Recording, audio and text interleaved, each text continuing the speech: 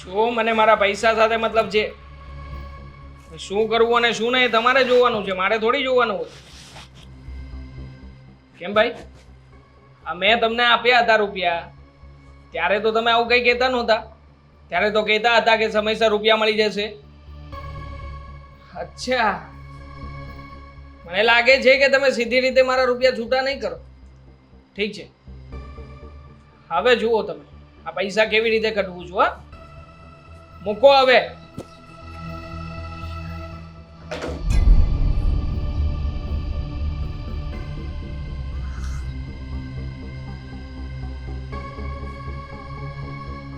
દામિની, દામિની! હા દેવા, શું છે આ? આ શું છે? હા, શું છે? શું છે આ?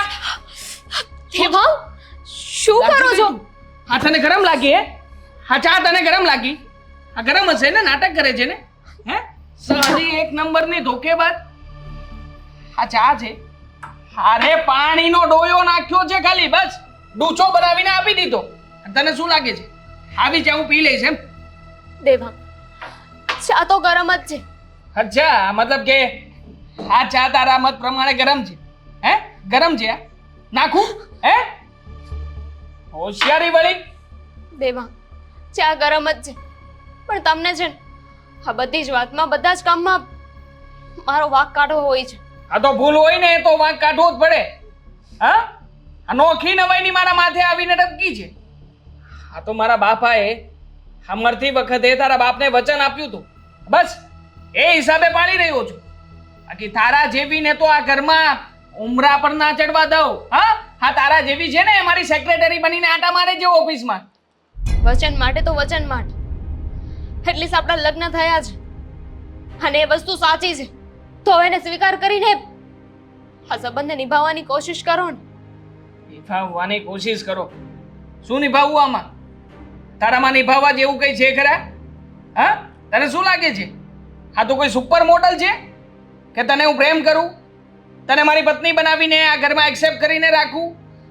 અરે કંઈ નથી લેવાનું તારામાં, અને પાછી કહે છે કે મને તમારી પત્ની માનો.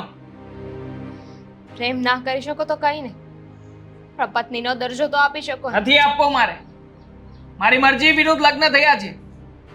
મને છે ને તારી સાથે રહેવાનો કોઈ શોખ નથી. તને છે ને ચપટી વગાડતા ઘરની બહાર કાઢી મૂક.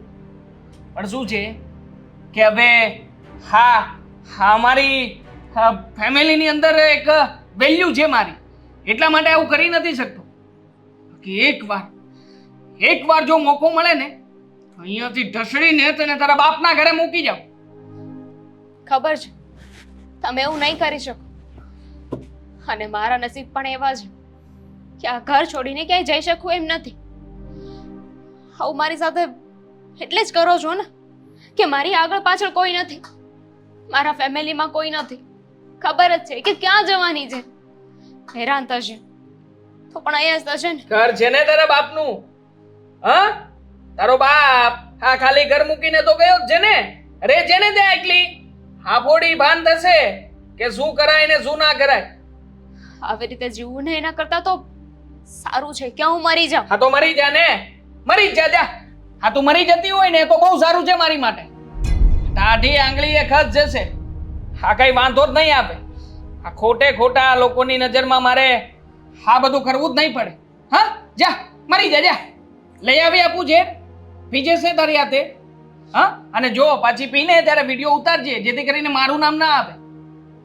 સારું, મરી જઈશ, પણ તમને તકલીફ નહીં આવવા દો. મને ખબર છે કે તમને મારાથી વાંધો છે, પણ કઈ વાતની સજા આપો છો?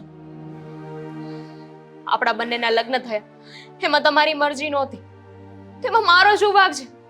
એ વાતની સજા મને શું કામ આપો છો? બસ આ ભગવાનની મરજી હતી એટલા માટે તારા ને મારા લગ્ન થયા. મને થયું કે ઘરમાં એકાદી નોકરાણી તો આવશે, ઘરના કામકાજ તો કરશે, પણ શું હાવા કામ કરે છે? હાવા? હા, તારા કરતા તો હું નોકરાણીને પૈસા ને પગાર આપું ને તો એ પણ બહુ સારી ફરજ નિભાવે. હા, કમસે કમ મારે એને પત્ની તો ના માનવી પડે યાર. હા, આ પત્ની નામનો શબ્દ એને કહેવું તો ના પડે એટલે વારા ઘડીએ.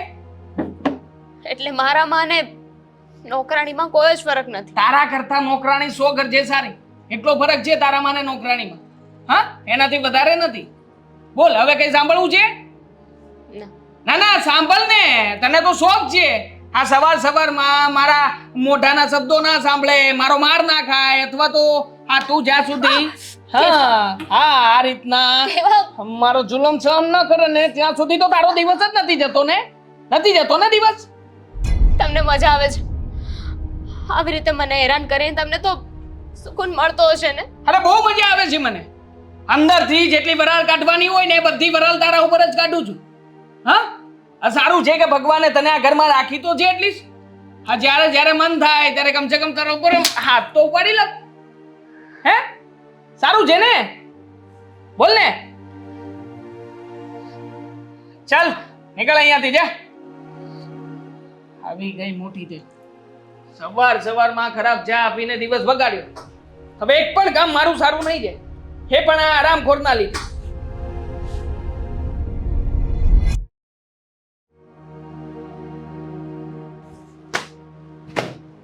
ખબર નહીં આ ઘરના કામ કરવામાં જ મારી આખી જિંદગી નીકળી જશે.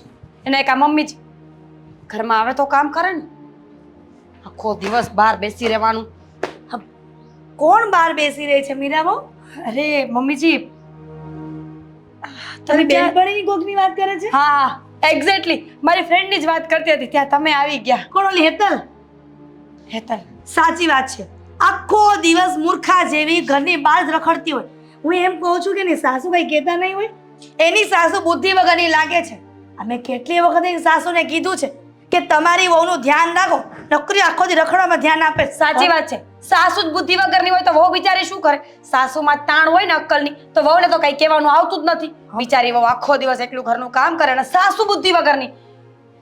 એની સાસુ બુદ્ધિ વગરની. મીરાબો, આ કોઈક વાર તમે એવું બોલો છો ને તો મને એવું લાગે છે કે સીધું તીર મારા ઉપર જતું હોય. ના ના મમ્મીજી, તમે થોડા કાંઈ બુદ્ધિ વગરના છો. તમે બુદ્ધિ વગરના છો નહીં ને? તો તમને કેવી રીતે કહું? એ વાત પણ સાચી છે. સારું ચાલ, હું તને કામ કરાવવા લાગુ? ના ના, આવે એ તો હું કરી લઈશ. તમે અહીંયા આવ્યા હતા, કઈ કામ હતું? બેટા, હું એમ કહેતી હતી કે આ બાજુમાંથી બહુ અવાજ આવતો હતો. મમ્મીજી પ્લીઝ, હા, મારે એ લોકોની કોઈ જ વાત સાંભળવી નથી. રોજ ઉઠીને બંને માણસને કાંઈ ધંધો નથી, ઉઠે ત્યાંથી ઝઘડવાનું ચાલુ કરે કે રાતના 1 વાગ્યા સુધી ઝઘડે. અરે બુદ્ધિ વગરના છે કે શું આ લોકો? બેટા સાચું કહું, આજે બાજુમાં છોકરો છે ને દેવાંગ નામનો, એ જ બુદ્ધિ વગરનો લાગે છે. કેટલી સરસ એને ધર્મપત્ની મળી છે, છતાં પણ સાચવી નથી શકતો. કેટલી બિચારીને મારે છે. તમને એવું લાગે છે કે સારી છોકરી મળી છે, પણ આપણને શું ખબર કે એના ઘરમાં શું ચાલતું હોય? હશે આવડી લખણની તો માર ખાતી હોય. જો મમ્મીજી, આ દુનિયામાં કોઈ ગાંડું નથી કે વગર વાંકે કોઈને માર મારે. મીરાબો, તમે તો આવું જ બોલવાના ને? આપણે એના પાડોશી છીએ અને પાડોશીનો ધર્મ એ છે કે પાડોશીનું ધ્યાન રાખવું, નહીં કે એ દુઃખમાં હોય તો દુઃખમાં ભાગ ન લેવો. પ્લીઝ મમ્મીજી, આપણે એના દુઃખમાં ભાગ લેવાની શું જરૂર છે? જો હું તો ના પાડું છું કે તમે પણ એ લોકોની વાત સાંભળવાનું બંધ કરી દો. એ લોકોનો ઝઘડો થતો હોય ને તો એ જગ્યાએ બેસવાનું પણ નહીં, આપણા ઘરમાં આવીને મ્યુઝિક મૂકી દેવાનું. આ છે ને આપણા ઘરમાં પણ કંકાસ પ્રવેશ કરે ને એવું મારે નથી કરવું. મીરાબો, આ તો મારો દીકરો સારો છે ને એટલે તમે આવું બોલો છો. જો એ છોકરીની જેમ હેરાન થતી હોત ને તું તો કે ના ના આ બધું ઠીક નથી. અચ્છા, તમને શું લાગે છે હું માર નથી ખાતી? એનું કારણ શું છે? એનું કારણ છે કે હું ક્યારેય જીભ નથી ચલાવતી આદિત્ય સામે. મમ્મીજી, પતિ સામે જીભ ચલાવીએ ને તો માર તો ખાવા જ પડે. વધુ પડતું પત્ની સહન પણ ન કરે દીકરા. તમે એનો પક્ષ શું કામ ખેંચો છો એ કહેશો મને? કારણ કે સ્ત્રી છે અને હું પણ સ્ત્રી છું અને સ્ત્રીનું દુઃખ મારાથી ન જોવાય. વાહ, સરસ, વેરી ગુડ. સ્ત્રીનું દુઃખ ન જોવાય તો હું પણ તો સ્ત્રી છું ને, મારું દુઃખ જોવાય છે તમારાથી? તને ક્યારેય દુઃખ પડ્યું છે? મમ્મીજી, થોડું ઘણું કામમાં હેલ્પ કરો, ક્યારેક મારી પાસે બેસીને પૂછો કે તને શું જોઈએ છે કે શું નહીં. તમે તો તમારામાં જ પડ્યા રહો છો.